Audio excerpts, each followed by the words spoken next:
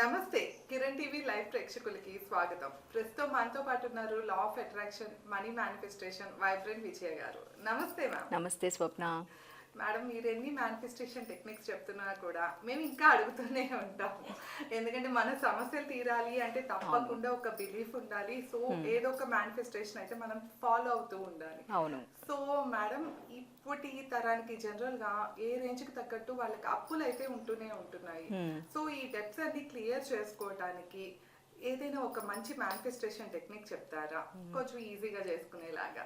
Yes స్వప్న, అన్నీ అన్నట్టు మీరు అన్నట్టు డెట్ అనగానే మనకు ఒక ఫియర్ అనేది వచ్చేస్తుంది. అప్పు అనే ఒక పదానికే చాలా బ్యాడ్ వైబ్రేషన్ ఉంది కదా. అప్పులు అనుకుంటూ లేస్తాం, అప్పులు తీరాలి అంటాము. సో ఈ వైబ్రేషన్లోనే అబండెన్స్ అనేది లేదు. అంటే కావాలి అని అంటున్నాము, కానీ ఒక వైబ్రేషన్లోనే మన లో ఎనర్జీలోకి వెళ్ళిపోతున్నాము.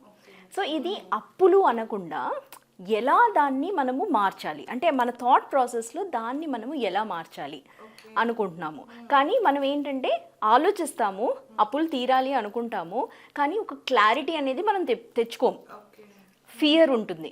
ఈరోజు నేను అప్పుల గురించి ఆలోచించాను అంటే నా పని సరిగా అవ్వదు ఇలా అనుకుంటారు కదా.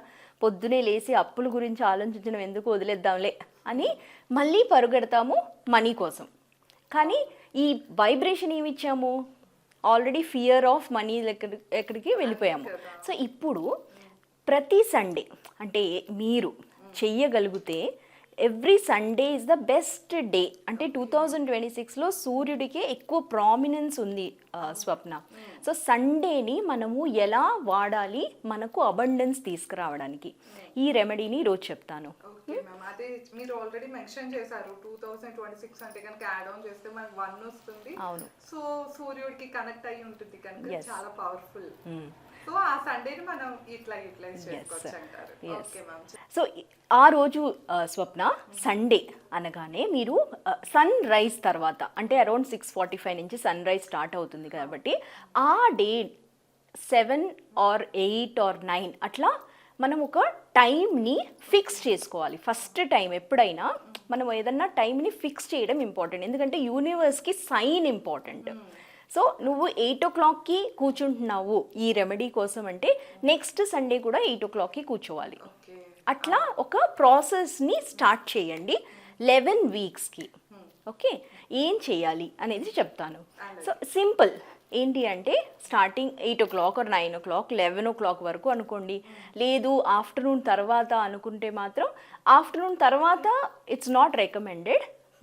మార్నింగ్ 11 వరకు 11 వరకు ఆ టైంలోనే చేయండి. ఎందుకు హాలిడే ఉంటుంది కాబట్టి 8 కాకపోయినా 11 కన్నా మీరు మొదలెట్టండి. ఏం చేయాలి అంటే మీరు ఒక వైట్ పేపర్ తీసుకొని మీరు ఫస్ట్ ఆ రోజు సండే అయ్యి కూడా నేను అప్పుల గురించి ఆలోచించాలా అనకుండా ఆ రోజు కూర్చొని క్లారిటీగా నేను ఎంతమందికి అప్పులు తీర్చాలి అనే దానికి ఒక క్లారిటీ అనేది రావాలి. 2 కాలమ్స్ ఉండాలి. ఇప్పుడు బ్యాంక్ నుంచి హోమ్ లోన్ తీసుకున్నాం అనుకోండి, ఆ బ్యాంక్ పేరు రాయండి, అమౌంట్ రాయండి, అరౌండ్ 50 lakhs అనుకోండి, ఆల్మోస్ట్ అట్లా అనుకుంటున్నాం అనుకోండి. సో ఆ బ్యాంక్ పేరు ప్లస్ అమౌంట్, వ్యక్తి పేరు, అమౌంట్, ఇలా ఆ పేపర్లో మీరు ఎన్ని 1 ఉన్నా 10 ఉన్నా 20 ఉన్నా పక్కన వాళ్ళకి 500 rupees ఇవ్వాలన్నా కూడా రాసేసేయండి. ఓకే, ఎక్స్ అనే అతనికి 500 అమౌంట్ ఇవ్వాలి. సో క్లారిటీగా మీరు ఇట్ మే టేక్ 10 minutes, ఎక్కువ అంటే మనకు ఒక 10 minutes అవుతుండొచ్చు ఆ మొత్తం ఆలోచించి రాయడానికి. సో ఒక్కసారి రాసారనుకోండి, టెన్షన్ పడుతూ ఉంటారు ఇన్నప్పులు ఉన్నాయా అని. అప్పటిదాకా మనకి ఏదో మైండ్ రికార్డ్ లో ఉంటే ఒక్కొక్కటి 2 గుర్తొస్తూ ఉంటాయి. అవును, పేపర్ మీద పెడితే మొత్తం కనిపిస్తాయి. సో నేను అందుకే అంటున్నాను, మనకు ఎనర్జీ అనేది ఏది అనుకూలిస్తుంది ఆ రోజు, సూర్యుడు ఎనర్జీ ఉంటుంది కాబట్టి మీరు పక్కాగా సూర్యుడు ఎనర్జీని బిలీవ్ చేస్తూ మీరు ఆ రోజు ఇది రాయండి. అంటే సూర్య భగవానికి మనము ఈ సైన్ ఇస్తున్నట్టు రాయండి. ఏదైనా అయ్యింది అనేంత వరకు, పాస్ట్ ఇస్ అన్ఎడిటబుల్ అంటాం. అంటే పాస్ట్ని మనము మార్చలేం కదా, కానీ మన ఫ్యూచర్ని మార్చగలుగుతాం కదా. ఈ ఫ్యూచర్ని మార్చడానికి మన ఈ యాక్టివిటీ. ఓకే. కాబట్టి నేను నా లైఫ్ని నేను క్రియేట్ చేయాలి వితౌట్ డెట్ అనుకుంటున్నాం కాబట్టి ఆ టైంలో మనం ఇది స్టార్ట్ చేస్తే, అంటే ఇలాంటి ఒక ప్రాసెస్ని స్టార్ట్ చేస్తే మీరు ఈ అమౌంట్స్ని రాసేటప్పటికి మీకు ఒక క్లారిటీ అనేది వచ్చింది కదా, ఆ క్లారిటీని యూనివర్స్ తీసుకుంటుంది. తర్వాత రాసిన తర్వాత మీరు అన్నారు కదా ఫియర్ అనేది వస్తుంది అని, ఆ రోజు అప్పుడు బ్లాక్ పెన్ తీసుకోండి. బ్లాక్ బ్లూ పెన్తో రాయండి. బ్లూ పెన్తో రాసేసేయండి.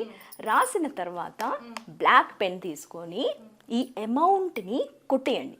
మీరు అన్నారు చూడండి, రిలీజ్ చేయాలనుకుంటున్నాం కదా మన ఎనర్జీని, ఎనర్జీ ఉంటుంది కదా, ఫియర్ ఎనర్జీ ఉంది కదా, ఆ ఫియర్ ఎనర్జీని నేను క్యాన్సిల్ చేసేస్తున్నాను. So when you put cross, ఇలా క్రాస్ చేసినప్పుడు మీలోని ఎనర్జీ, అంటే ఎనర్జీని ఎప్పుడైనా మనము ట్రాన్స్ఫర్ చేయొచ్చు లేదా మనము డెస్ట్రాయ్ చేయలేము, క్రియేట్ చేయలేము, ట్రాన్స్ఫర్ చేయొచ్చు. So you transfer that fear, అంటే ఆ భయాన్ని మీరు పేపర్లో కొట్టేయండి. ఆ తర్వాత విశ్వానికి కృతజ్ఞత చెప్పండి. అమౌంట్ వరకు కొట్టేస్తే చాలు, సరిపోతుంది. పేర్లొద్దు, ఓన్లీ అమౌంట్ని కట్ చేసేయాలి.